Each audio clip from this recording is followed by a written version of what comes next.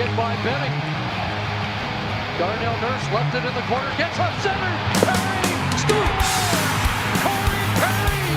Ilya able to shake away from Solani. It's given away to Solani around in front. Score! Teemu Solani with the steal. Perry in the face, 1-1. Score! Off the floor! On the board! Paul Kariya!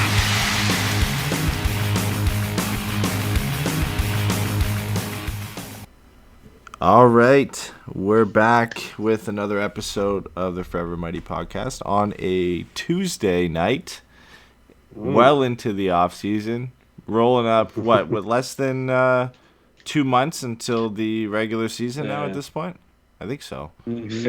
50 some odd days or something like that. Yeah, we're getting there to another season of disappointment and an off season where the Ducks haven't done much. The additions they've made have more so been on the AHL side. I think I can maybe name a couple of the guys out. It was a Brogdon Rafferty and Greg Pattern were the two guys I remembered. I think there was a few other guys that the Ducks signed. But the big news we have to get to, and what we'll get to on the show today, is the re-signing of a couple key RFAs for the Ducks: Maxime Comtois, Max Jones, Sam Steel, Isac Lundestrom, and Josh Maher, all re-signing new contracts for the upcoming season. The Ducks also signed their top 3 draft picks from the 2021 NHL entry draft. And we're going to get into a few articles from The Athletic from Eric Stevens, where he looked at some remaining FA targets the Ducks could go after before free agency ends and before the regular season starts, and another roster projection article, probably one of many that we'll see before the start of the season. It's basically how the Ducks ended last year. There's really no new faces in the mix there. But how you guys doing? It's been a while. Yeah. Living. Surviving. That's about the best you can hope for around now. So. No, I don't know, man. It's weird. It's funny. Like every time we talk about we're going to do one of these or something like that, I keep thinking about what we have to talk about, and somehow I have convinced myself every night before I go to bed that the next day I could wake up to an Eichel trade. Yeah, that ship has sailed for me now. Over. It's not even necessarily that I want it to be to Anaheim, but I want it to be over so bad because and this kind of, I guess we'll get into kind of where we're headed or something like that, but it just feels like Anaheim as a franchise and the roster as a whole right now is just stuck in limbo because there's 2 directions it could go, right? We heard from Elliot Friedman earlier in the summer that they were open to using their cap space to take on contracts, and we know Bob Murray's, I don't know that we want to trust him saying he's going to make trades or whatever, obviously not, but he's at least come out and put that somewhat of that pressure over himself. So I just feel like once Eichel is solved, that pretty much decides the way everything is going to go for the rest of the year. Yeah, I a couple weeks ago or about a month ago, when we were really talking about this, and then when the letter came out from his agent, I thought that was it. He's going to be moved within the week. And, whether it's Anaheim or Minnesota or the Rangers or whoever, this has got to be it. But, I guess credit to Kevin Adams and the Sabres. They've held their ground. They know they don't have to move this guy, and I didn't think that would be the route they would take. I know we've still got, a little bit less than 2 months before the start of the season, so things could change. But it definitely has drawn on a lot longer than I thought it would. And whether that takes the Ducks out of the mix or not, we'll have to wait and see. But it's one scenario that I would still say I can't see it drawing on past the start of the season. But I also said it wouldn't go this long. So now I really don't know what it's going to take to really change anything. Yeah. I don't know. I feel like the Ducks are in that conversation, but everything's just kind of cooled off, and until someone comes back to it, go, okay, I'm willing to drop some of my price for Eichel. Or Bob Murray goes, okay, I'm willing to give you what I wasn't before because I've got to do something here. Right now they're just kind of separated, but I don't think there's a whole lot of other teams that are necessarily in the hunt. But I don't know. They've stuck to their guns and not really moved their pricing on it, and they don't really care if they don't have to move him, because if he really wants to leave, he'll waive his no move trade, later. Maybe they get even more of a bigger return at a trade deadline than trying to do it right now. So I feel like, for them, this is a lost season no matter what they do. So why sell anything less than what you think you can get for him? Yeah, I think the one thing about that is the longer he's in Buffalo, the longer he's not getting his surgery. He seems pretty dead set on not getting the surgery that Buffalo wants, and Buffalo seems pretty dead set on he should get the surgery that he doesn't want. So I don't think either of them are going to budge on that until, the trade, unless there's some miracle happens. Right, and he was like, we'll rebuild or something. Like, you know what I mean? Like, unless something insane happens that causes Eichel to stay out of nowhere, I don't think any of that is changing. And the longer his surgery is delayed, I just wonder what that does to, like, his body, but also, like, the perception of his body and, like, where he's at. I don't know. Yeah, when he can come back, and the longer, like you said, the longer he waits, does that impact how well he recovers from the surgery and how much damage is he doing by not getting anything done? Like, all of that plays into it, and it feels like we really don't know too much about the situation other than a few reports that have come out. And I know on the 31 Thoughts podcast they had a doctor who kind of specialized, I think it was Eichel's pick, and who he'd want to do the surgery, who came on and talked about it. But other than that, we haven't really had a ton of information on kind of what this injury is, what it will do to him if he doesn't get it fixed is sooner rather than later. But we'll see. I mean, at some point it's going to be wrapped up, whether it's the start of the season or not. Speaking of wrapped up, how about those contracts the Ducks signed? It's not even an Eichel, not even a show where we're talking about Jack Eichel to Anaheim, and we still managed to slip Jack Eichel in there. You asked just how we've been, and that's just one of those things. It's been keeping you up at night, eh? I swear to God, one sentence thing. Just to answer DB's question, it is in the CBA that the team has final authority on all medical procedures for players. Huh. So that's why he can't just go fucking get it. He would be in breach of contract, all that shit. Anyways, I said one sentence. I'm sorry. All right. Contracts, Ducks contracts specifically. So I mentioned the 5 guys who the Ducks re-signed over the last week and a half, 2 weeks now, I think it is. We'll start off with the big 2. First one, Maxime Comtois. This was, I forget what our contract prediction was for him, because we did the free agency prediction show. I think we had him a little over 1.5, I think. Yeah, I think Evolving Hockey had him at 2 by 2.4 or something, so this was a little bit under that. But honestly, if he was going to take a bridge deal, which I think a lot of us thought he would, this is kind of what you would expect to come out of that, right? And he has the highest AAV of the 5, which makes sense based off the season he came off of.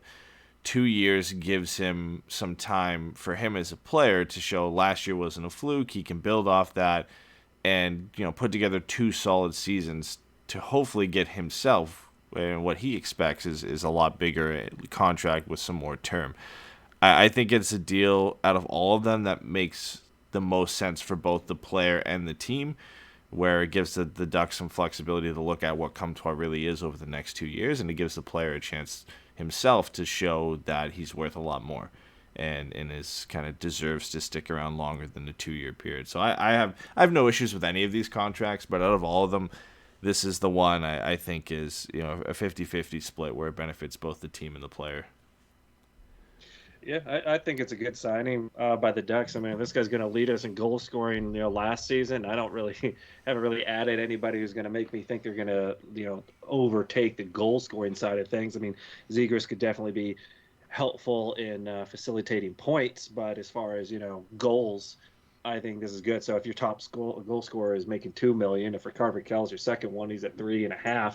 That's hopefully you get a lot of goals out of it, and that's really, really helpful. But I mean, only $2 million for 2 years, I think, is a real solid deal for Comtois and what he can do and where he goes to score goals too. Because once again, we don't have a lot of those players. Yeah, I gotta be honest. I'm pretty surprised that it's not closer to 2.5 for Comtois. especially on a 2-year deal. Like Jay said, like, he led the team in goals and points last year. Like he had a little bit of leverage, but I wonder if he didn't want to go term, and they did, and so he gave up, cap hit to get like a 2-year thing. And I think, like you said, Ed, it makes sense for both parties, right? It gives Comtois 2 years to just see how much he can do, how high he can get. He has a locked-in 2-year window, to try to be able to become that legitimate top-line player. And for the Ducks, it gives them 2 years to let him see if he does it, and it's not going to cost him very much if he does. And if he does, right, like if he doesn't become the guy, then the cap hit's not going to go up significantly. If he does become the guy, by the time they have to pay him, it's going to be worth it. Yeah, and they'll be. And they're still going to have it for the next, 4 or 5 years of his prime. Yeah, is he still RFA after this? He is, Yeah, right? he should. Yeah. Yeah. I could see the point there. I think, if we're saying the Ducks were looking for a term, I could definitely see them potentially looking for a 3-year deal and at something around $2.5-3 million, where they're willing to give him a little bit more on an average annual value, but they get that extra year out of it, right? Where Comtois could have wanted the 2 years, so that kind of comes at a reduced cost for him in terms of what he's going to earn. I could see that being a possible scenario. We've seen the Ducks favor 3-year deals in the past. I believe Terry, when he came out of his entry-level contract, he signed a 3-year deal. Obviously, Max Jones signed a 3-year deal as well. So they tend to kind of gravitate towards those 3-year deals when they treat it as a bridge or the in-between to kind of figure out what a player is. They like to go that 3-year deal route. So this would make sense going with your point there that Comtois wanted a bit of a shorter term to kind of prove what he is, and for the Ducks that comes at a lower cap hit. So yeah, absolutely. I think he's trying to maximize his earning potential, and I think that's smart. If he's going to be worth a big deal, it's going to be proven in these next 2 years. So just take it now, see if you can stick around with Zegras and put up a shit ton of points, and get your payday. Yeah. That's the thing too. Like he's going to be playing with Trevor Zegras. When you look at the chemistry of him, Terry, and Comtois at the end of the year, right? Like that is the best spot you want to be for Maxime Comtois. If you're trying to maximize what your potential could be over the next couple of years, for sure, at least next year and probably into the following year, you're going to be playing with Trevor Zegras. But you go into that third year, and we look at guys like Perreault and a few other guys, maybe McTavish at that point, who start to come in the lineup. The certainty that he would play alongside Trevor Zegras in that third year, I think, goes down a little bit. Now, obviously, if he's doing well and there's chemistry there, you're going to stick there. But the longer you stretch it out and the more guys and the more talented players you continue to add into this lineup, the likelihood that he retains that spot over a longer period of time, I think, goes down. So it's smart for Comtois to take that 2-year deal, I think, versus a 3-year deal. And know for sure next year he's slotting beside Zegras and has the best chance to, again, lead the Ducks in scoring, playing with their best playmaker. And then obviously heading into that second year, if he does well in this upcoming season, he's got that chance again to impress and go into a contract year and set himself up for what we would all hope would be a long-term contract at a higher cap rate, because that would mean he's improved and impressed over the next 2 years. Mm-hmm. Yeah, absolutely. All right, Max Jones. This one is, actually, I think we should get to Max Jones after, because I want to reference Max Jones with Sam Steel and Isac Lundestrom. So we'll start with those two, because they had completely identical contracts because they accepted their qualifying offers from the Ducks, which I don't think we see this too often. Now, I'm not always in tune with some of the other teams and players there accepting their qualifying offers, but I don't remember the last player we had for the Ducks that accepted their qualifying offer as an RFA. And it's an interesting move, because I think the Ducks would have liked to explore a Max Jones or Josh Maher type contract here, where it was 2 or 3 years to lock these guys up for the next couple of years at a lower cap rate and have a bit more control over them.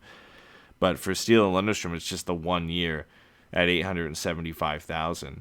And maybe more so for Steel than Lundestrom, but I think you can apply it to both. It really feels like a prove it, go out there and show that you deserve to have a roster spot type season. Sam Steel didn't have the greatest year, and Isac Lundestrom, I think, was impressive at times. Consistency was a bit of an issue, but even he couldn't stick in the lineup throughout the entire year, in and out of the lineup at times, healthy scratch at times. It really is a year that these guys have to come out and show that they can take a top 9 roster spot and really prove it. And the 1-year deal emphasizes that a bit. Maybe it's a bit of motivation for both of them to go out there and get it done. Yeah, I would say exactly the same thing. It's like, all right, listen, we've kind of let this go on for a little bit. We've seen some things that we like, but a lot of things we definitely want to see improvement on. So we're not going to commit ourselves to a much. I don't think they really want to necessarily commit themselves to too much more. I think they're pretty much like, listen, got to grow up. This group has got to move forward, and whoever's straggling behind, we are drafting pretty high right now, and we got some good talent coming through the other way. So earn your spot, do it quick, because your window's kind of shutting for us. So it's not a lot of money, and like you said, it's just it's a prove it to me shit, now or never. So I gotta say, I completely disagree with you guys. I think the club has nothing to do with it. A qualifying offer is simply the offer that a team has to submit in order to keep a player's restricted free agent rights. And obviously we know that there are conversations behind the line because they've had the opportunity to negotiate an extension anyways. But the qualifying offer was going to be what it was. The team just has to extend that in order to keep the negotiating rights. I think what we're seeing here is we're seeing two players take a tremendous bet on themselves, saying, I'm going to take the low cap hit for 1 year, and at the end of next year, I'm going to be the real deal, and I'm going to get paid. I think this is ballsy on both of their parts. I absolutely think they could have gotten 2 or 3 year deals at, whatever kind of a cap hit. But this is actually kind of cool to me. I think it's kind of exciting, just given that it seems like two players who everyone wants to be something. I'm a Lundestrom fanboy. Everybody knows that. So I just think it's really cool to see two young players bet on themselves and say, I'm going to be worth quite a bit of money next year. Yeah, no, I completely agree with you there. Like, I think it's more so a prove it deal from the players, because obviously, like you said, it isn't like the team expected them to accept their qualifying offers. Like, this is Lundestrom is Steel, like you said, betting on themselves. But I still think it's a prove it deal from their standpoint. Like, they are going out there. 100%. Yeah, they're going out there expecting that they're going to have bigger years to lock themselves into a longer term contract with more money. And if you're going to have any year to do that, it's next year, because there aren't a lot of guys in their way necessarily to get into that top 6 roster spot. For Sam Steel and Isac Lundestrom, if they both want to play in the center position, there's a little bit of a logjam of Getzlaf, Henrique, and Zegras in front of you. Both of them have played on the wing. I think one of them, if not both of them, will have to play on the wing this year if they're looking to take that step forward. Still. Yeah.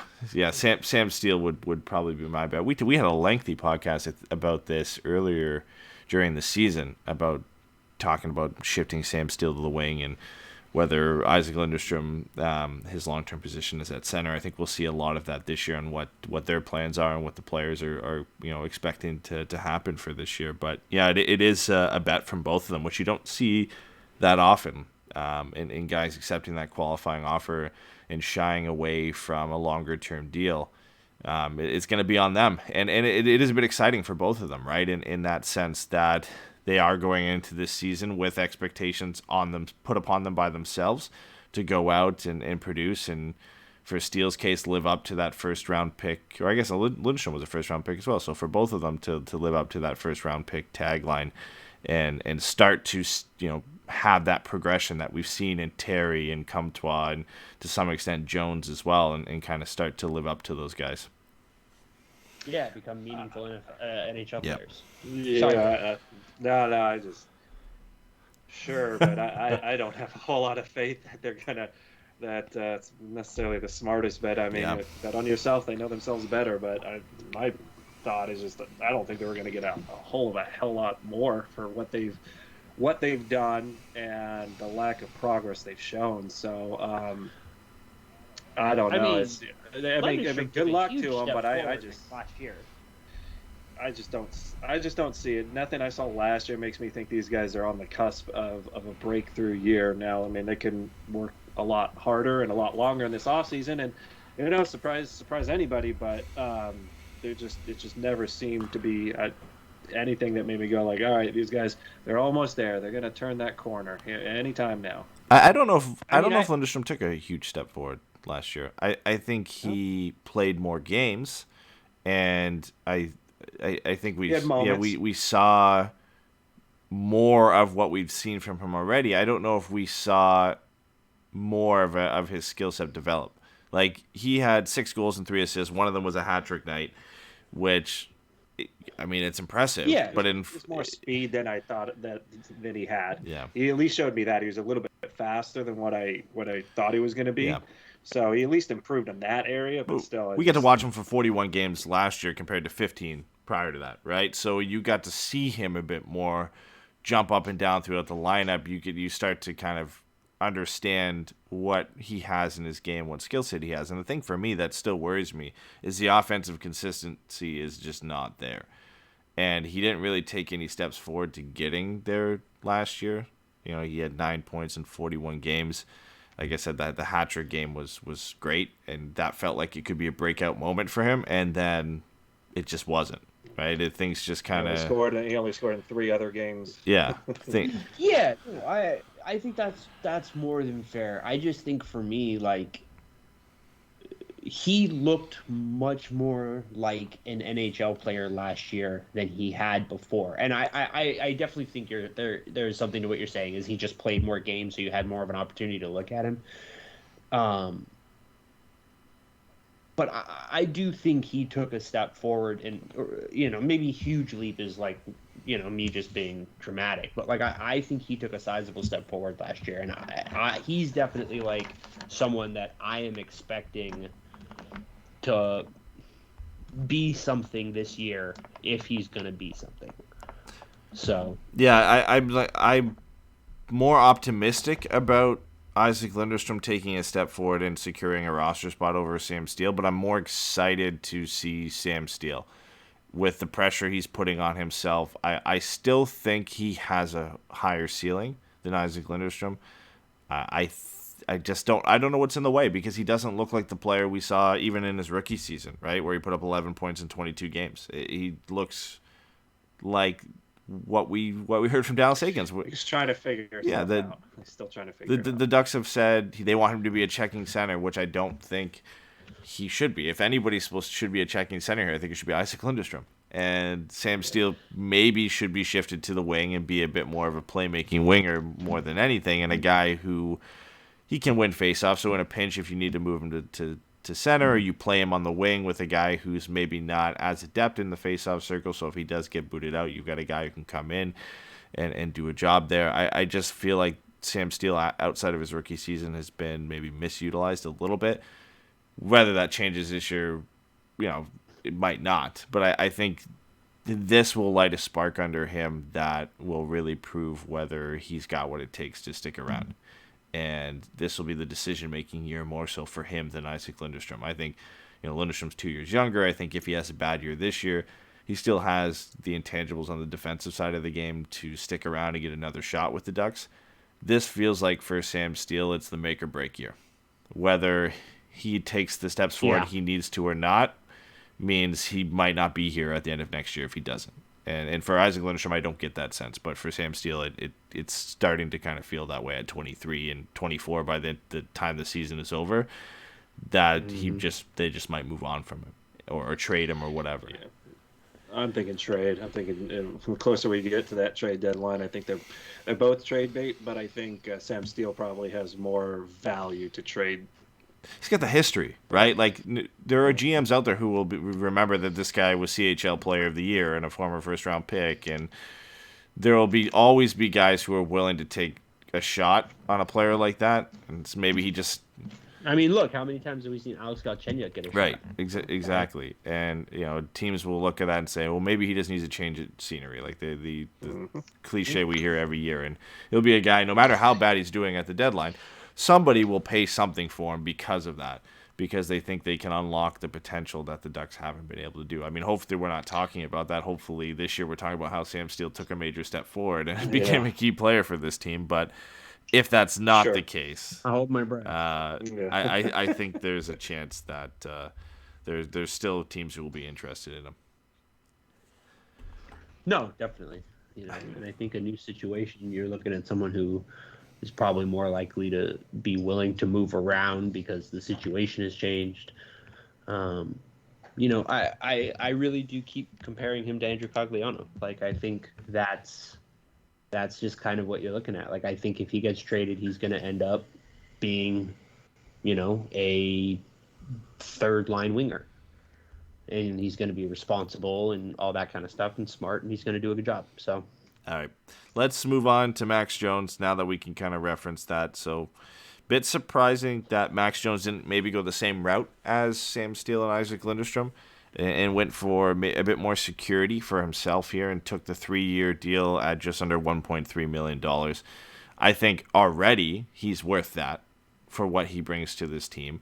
The fact that the Ducks now have him locked into that for the next 3 years is great because you can keep him around. Even if he's a fourth-line energy guy, like that is still That's not a bad contract yeah. to have him locked in at under 1.3 for the next 3 years. So, that, you know, in terms of value for the team, this is my favorite contract because I think he took a decent step forward last year. I think offensively we're still trying to figure out what he can be.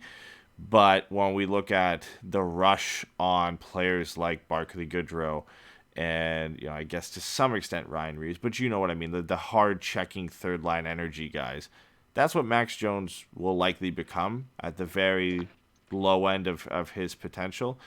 And to have a guy locked in like that for the next 3 years at under $1.3 million is a good get for the Ducks. And the fact that he, you know, is a home-developed player, they drafted him, developed him themselves, it's better than going out and paying $3.7 million for Barclay Goodrow to have a guy like this stick around and be part of the team. No, and I like everything that he brings to the Ducks, especially since the Ducks don't have players like him on the lineup.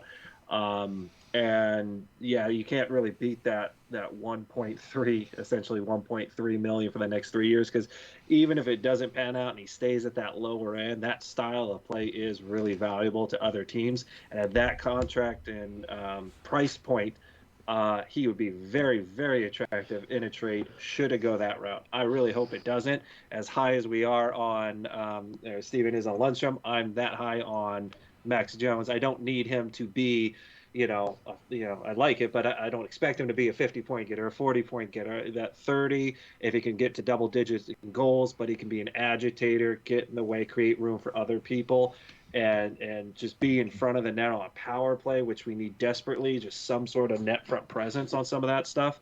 I think it's a very intangible thing that he brings to the team that we need, and just a really good contract for hopefully 3 years, Yeah, no, couldn't agree more. I honestly would have been perfectly fine taking the David Apoyle approach and giving him, something that feels a little silly now but plays out down the road. Like, I think it was Kalle Järnkrok got like an 8 by 2.5 or something.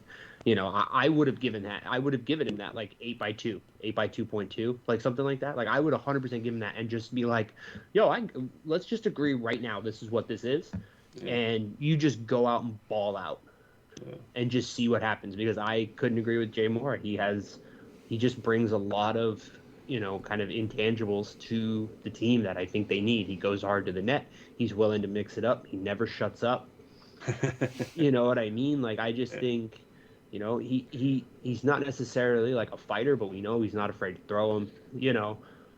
I just think he's also got upside that could lead to him, maybe being 15 to 20 goals a year, maybe 5-6 goals are on the power play, right? If you put him on a second power play unit and you put him in a position to just go to the front of the net and cause kind of chaos, I don't think that's a terrible idea at all. Yeah.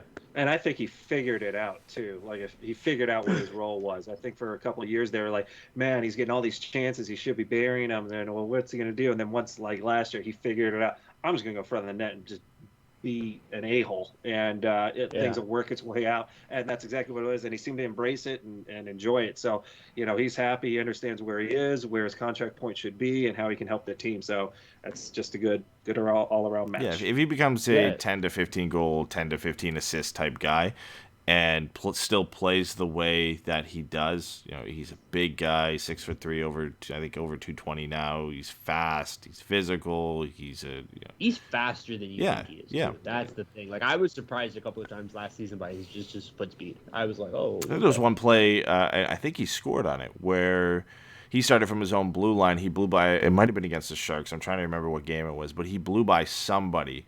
Got the puck, picked it up. Probably Carlson. Yeah. I wouldn't be surprised at this point.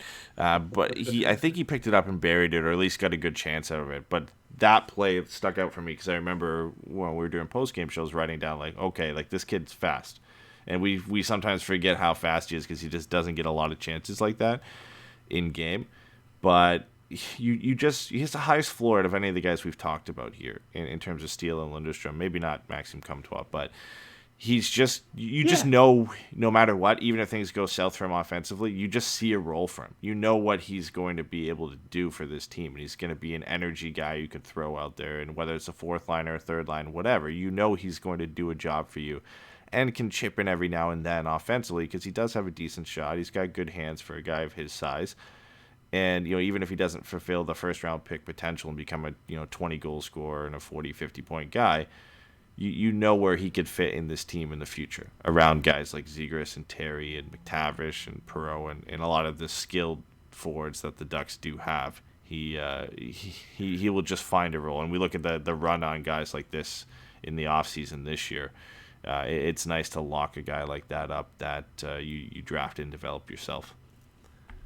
Yeah, I mean, I think if you ask most Ducks fans which of those four is most likely to be on this team in 6 years, I think most people would pick Jones. Like you said, he's got the highest floor. He's the easiest to project as an NHL player. And he does have, the hands and the playmaking ability to surprise you. And, it's to be seen how much of that, can turn into something consistent. And even if it doesn't, though, he has enough of tool sets and skills otherwise to be able to carve out a good role for himself in the NHL. So. All right, we'll briefly touch on Josh Maher here. Not as in depth as the other contracts. Just a simple 2-by, I guess, kind of league minimum, $750,000. It's a 2-way deal. A guy who likely starts the year in San Diego. And stays. Yeah, and it could be fairly similar to his year last year, where he's up and down every now and then, didn't play a ton of games. It feels like we're getting to crunch time with Josh Maher on whether he's going to be able to lock down a spot or not. I know he's got a lot of guys in front of him, and specifically Lindholm and Fowler when they're healthy. The real only spot for Maher to jump in is that bottom pair left side of defense. And there's a lot of guys fighting for that spot. And, healthy Brendan Gooley this year, Jacob Larson, among others that are going to be battling out for that spot. This contract doesn't bode well for what his season could look like if he wants to take a roster spot. Basically, if he does get a chance, he's going to have to take those the small chances that he gets, and he's going to have to impress in preseason and impress in the rookie tournament if he ends up playing there. On if he really wants a chance of sticking around and playing 40, 50, 60 games this year. Yeah, it's a nothing signing. It's just filler. Yeah. I think you have to sign him because he still has potential, yeah. But it's the contract that makes sense because he hasn't proven anything yet, right? It's just extending his entry level contract for 2 more years. Yeah, right now he is an incredibly raw skill set, and there is no way to tell if that's going to turn into anything meaningful at the NHL level, other than time. If you ask me right now, I'm not particularly keen on it. You can see when he's out there some of the stuff, that got him the looks and got him the opportunities, but I don't know that he's making any particular plays in any game that's really forcing anybody's hand when it comes to giving him a guaranteed 20 games in the NHL this year. Yeah. Nope. He's what can I say? Well, we're all saying I had to do it. So. All right. Let's quickly touch on the Ducks did sign their top 3 draft picks from the 2021 NHL entry draft. So Mason McTavish, signed his entry-level contract. And Olen Zellweger also signed his. That's pretty customary for CHL guys. They can sign their contracts, still go back to the CHL and play. So why not lock them up sooner rather than later? That's just usually the case for these guys. I think we saw the Kings sign Brant Clark, and a few other teams signed their CHL guys. But the big surprising one was Sasha Pastujov signing his entry-level contract, because he was supposed to be going to the NCAA with Notre Dame, but signing a pro contract means he can't return to the NCAA. Just similar to Zegras' situation, right? When he signed his contract with the Ducks, that meant he couldn't go back to Boston University, so it was AHL or NHL for him. For Pastujov, he is now not going to Notre Dame because he signed his contract and is going to the OHL to play with the Guelph Storm, which there's been some rumors it was because, the dangling of a signing bonus was too good to pass up. Whether he thinks the OHL is a better spot for his development or over the NCAA, that's up to him. Notre Dame had a pretty decent team, but that was kind of the surprising one for me, and it'll be interesting to see how he establishes himself in the OHL. I mean, it would mean he's going to get a lot more time and space, a lot more opportunity than he would in the NCAA, and the numbers he could put up in that league could be pretty scary. So that could be fun for us to watch, but I think his development might have been better served in the NCAA and staying there, but still nice to have all three of these guys locked down and under contract for the next 3 years. Yeah, I think it's an interesting one, right? We talked about Steel and Lundestrom kind of betting on themselves, and I wonder if that's what Pastujov is doing. If it is just as simple as a signing bonus, good for him. That rocks. I have no problem with that. But, if he thinks maybe he can go into camp and make a name for himself, good for him. I think, just looking at pictures of him, I still think he's probably got another 15 pounds to put on, and he's probably going to need to work on his skating at a level higher than what I just think there's still enough improvement that needs to be made there that he's not going to probably walk into an NHL thing. Obviously, he fell about third round for a reason,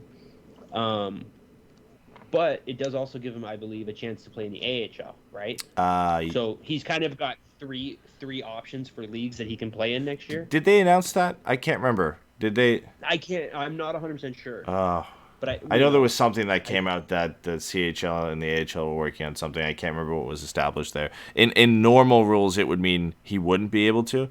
It's either CHL or NHL, but I don't remember if they carried over those rules that allowed Drysdale to play in the AHL last year or not. But, I mean, the one bonus is it means he can come to rookie camp and he can play in the rookie tournament, because if he was going to Notre Dame, just like when Zegras was at Boston University, he couldn't come. Any of the NCAA guys just can't come to rookie camp because they're not under contract, they're not professionals, so they're not allowed to. That means Pastujov will be able to join McTavish and Zellweger at rookie camp and show what he can do, and we'll get a good look at what he can do against some of the top peers and some of the Ducks' top prospects, which will be nice to see that, because he, by a lot of people, was considered one of the steals of the draft. And for him to play with some of the Ducks' top prospects and go against some of the top prospects from the Kings and the Sharks and the Coyotes and everybody else in that tournament, it'll be interesting to see how he does there, and potentially playing with guys like Zegras and Perreault and whoever else is at that tournament, McTavish, and seeing what kind of chemistry he can build early on with some of those guys. So that will be a nice treat that maybe we weren't expecting to have from him. So yeah. Sorry, I know nothing about prospects, so I'm not gonna just no. embarrass We just had to mention it because needs a little tweak. It was a bit of an interesting change of pace. He was supposed to go one place and switch where he was going. So for a guy, go ahead, Steve. I was gonna say I saw Cam Robinson on Twitter made a comment that the level of competition won't be as high, but he will get into a professional style schedule sooner. And so that could be a benefit. There's something to be said for just going and eating for a year. Yeah. As an overage. Yeah, and working with NHL trainers and a guy who needs to work on his skating. There's no better place to work on your skating than working with the guys with the Ducks organization rather than working with guys in college. And that's not to say the guys at Notre Dame can't help him, but to be able to start training now with the Ducks guys and getting them on the skating, getting him on the regimen that they want him to get on sooner rather than later is better, right? So that. Plus, school's boring. It just gets in the way of playing hockey and studies. Now we're gonna have to talk about how he has character issues because he didn't want to go to school, right? So. Yeah. Hey, at least you don't have to worry about him going to museums. Oh yeah. Yeah. Now New Jersey has that problem. So. We were gonna talk about the remaining FAs from Eric Stevens' article. A few guys that we're going to touch on were Ryan Donato, Alex Galchenyuk, Dominic Cahoon, and Bobby Ryan. I think we're going to skip that because we get out of here in the next 7 or 8 minutes. So I want to go over Eric Stevens' most recent article here, the roster projection. The sad thing is it looks a lot like last year because not much has changed. Posted the article in here, but I'll get your guys' thoughts on his projected roster. And what changes you think could happen here. But Eric Stevens had the lineup as a first line of Comtois, Zegras, Terry, a second line of Adam Henrique on left wing with Getzlaf and Raquel, a third line of Jones, Lundestrom, and Silverberg, a fourth line of Derek Grant on the left with Sam Steele on the middle and Sam Carrick on the right. So a few guys we left off there. I'd have to pull it up, but guys like Delorier left off. Milano, Delorier, Volkov all left off. I think that was it for main guys. Yeah, so it's just those three left off. How close would your starting 12 forwards be to his? And would you include any of those guys you mentioned or anybody else in that starting 12? I would keep that top line. I think that's pretty intact, just the way that they played towards the end of last season and what I think they can do kind of moving forward. I'm not so sure that they're going to want to necessarily put Henrique onto the wing when they could probably establish him as that second center and have Getzlaf down as the third. I think you could maybe move Lundstrom off to one of the sides. I'd rather have Volkov in there. And I think down at the bottoms, I don't know. I mean, Grant could play wing. That's fine. I think Sam Carrick probably comes out and Delorier's in there because I just don't see them not putting him in there just for the mere fact that he actually does score goals, oddly enough, on that fourth line, but he also is just that huge deterrent. So I can see some reshuffling in and around the center position mostly and plugging in some wingers here and there, but I think they're all guys that they're all going to be kind of just intermingled and interchanged depending on their opponent. What do you think, Steven? Yeah, I mean, look, the reality of it is you're just polishing a turd, right? This next season, unless something crazy happens, it's just polishing a turd.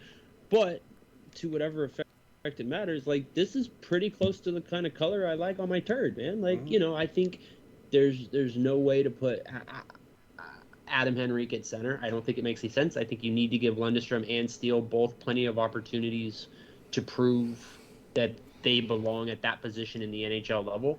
So I think I actually kind of really like that second line of Henrique, Getzlaf, and Raquel. I really think that's a line that could work well enough together, especially because, Henrique and Raquel are still relatively young enough that they can do a lot of skating and manual labor on there, and Getzlaf can just be a reliable, pivot and help create and things like that.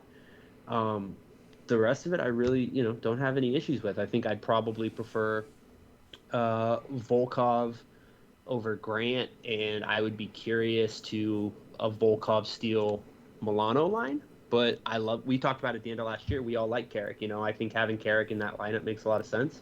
I think Sam Steele still deserves the opportunity, and Derek Grant's not coming out of the lineup. So, one of him or D'Lo is going to be in the lineup every night. Yeah. So, yeah, all things considered, I don't think that's the worst way. That was my only suggestion, was going to be removing Grant and Carrick for Milano and Volkov and just going for a full skill lineup. I think if you already know and what we expect, the Ducks are going to be a bad team, why not play all the guys who have potential to maybe give a little bit more, right? We know what Grant's going to give. We know what Delorier is going to give. And as much as I love Sam Carrick, we know what Sam Carrick's going to give, right? Those are typical fourth-line grinding energy type guys. We know what they're going to give. They're at the point in their careers that is kind of – they're at their ceiling, right, and what they're going to be able to provide. And for Sam Steele, like if we want him to have a good year, playing him with Grant and Sam Carrick is maybe not the best. Isn't right? the way to do it. And putting him with a creative player like Sonny Milano and a finisher like Alexander Volkov is probably the best thing for his development. Other than that, like I like the top nine. I like how it's set up. I think Silverberg playing with Lundestrom and Jones is a really interesting line we haven't really seen. Obviously, that top line is going to stay together, and then kind of throwing all the veteran core guys on that second line is kind of just making do with what you have left there, and those guys kind of need to play top 6 minutes. So shifting Henry to the wing makes sense. But yeah, my only change there would be putting Milano in and Volkov in, and just seeing what you have with those guys. And Is there any forward that didn't make the NHL last year that you think might have a chance at cracking this? I think if you any know of my them? answer. Like, is it yeah, your you know boy? my answer.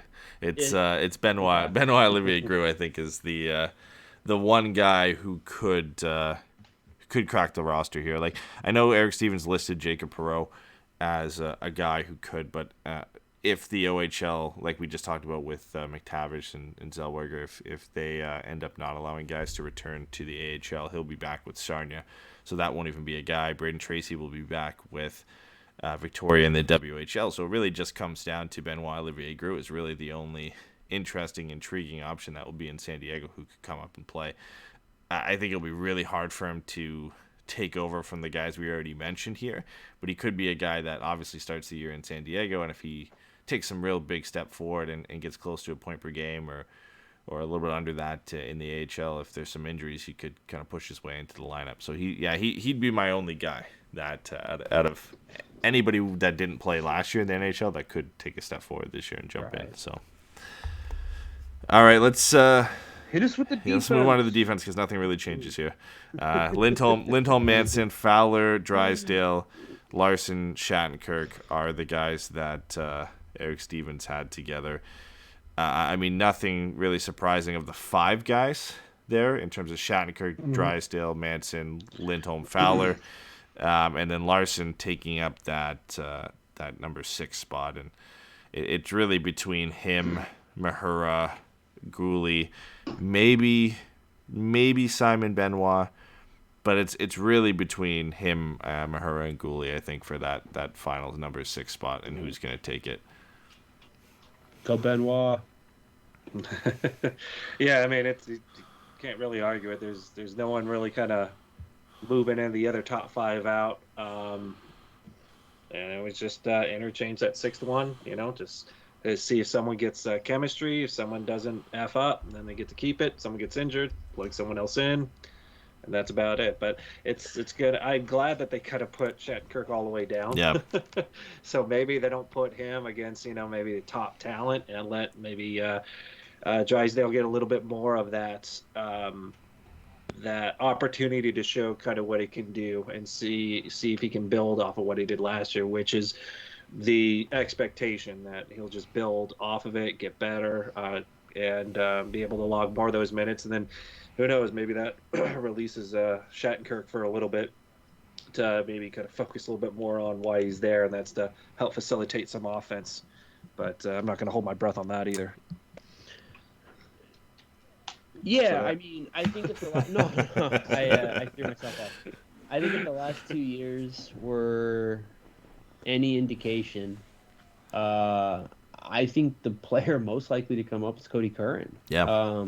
31, he got his 1 year on North American ice and all that crap, and now maybe the guy steps up. He's 31, he's making $1 million. Like, I don't think it's out of the question, especially if Larson fails to impress. And I think the contract, like we said, doesn't show a lot of faith in Maher to begin with.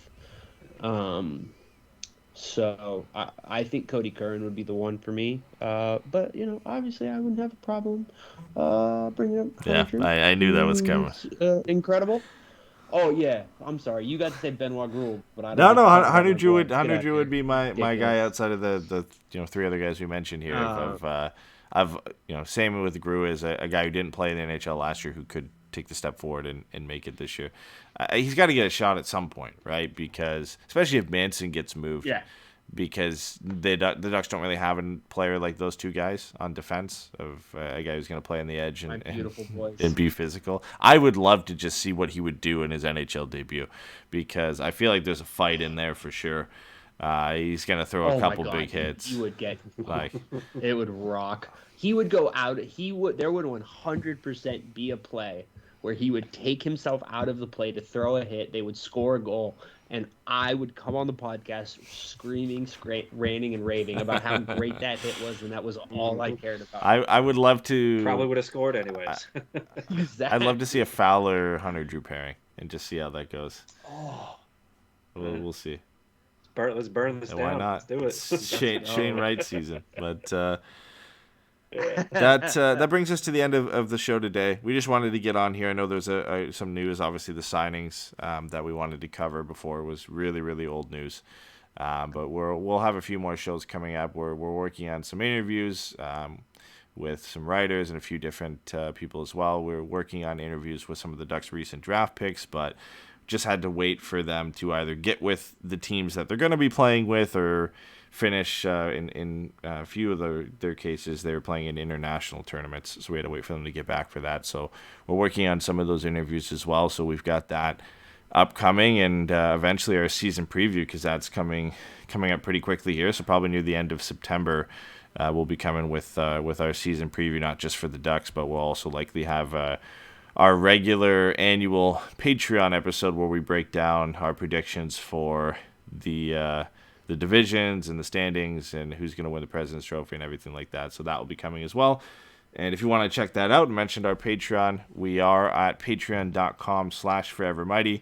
We're recording a Pucks and Brews fairly soon. We've got some interesting topics that will be on that show, including what we had planned for tonight of the best and worst logos in NHL history debate that Steven and Pat have been going on about for the last few days here. So that will be being shifted to Pucks and Brews. We also have the Robin Lehner underpaid drama that we talked about that because Pat and I went at it a little bit over that as well. And we have a few other things. There was a video Ken Holland put a video out. There was like an interview he did about explaining his additions in the offseason, and it's the most gibberish I've heard from a GM in 30 seconds. Like he just... We'll play that on the show if you haven't heard it because it's great. But that'll be a fun one, and obviously we'll all be drinking on that one because it's Pucks and Brews. So if you want to check that out, if you like this show and you want to check out the bonus content, it's patreon.com/forevermighty. But thanks for everybody who came out live tonight. Thanks for everybody who's listening to this or watching this after the fact. If you are watching this on YouTube, I do know there's a video delay. We are working on it. We'll hopefully get that fixed for the start of the season. But appreciate all the support, guys, and we will see you soon. There's a delay? Delay? All right. Bye, guys. Bye, guys.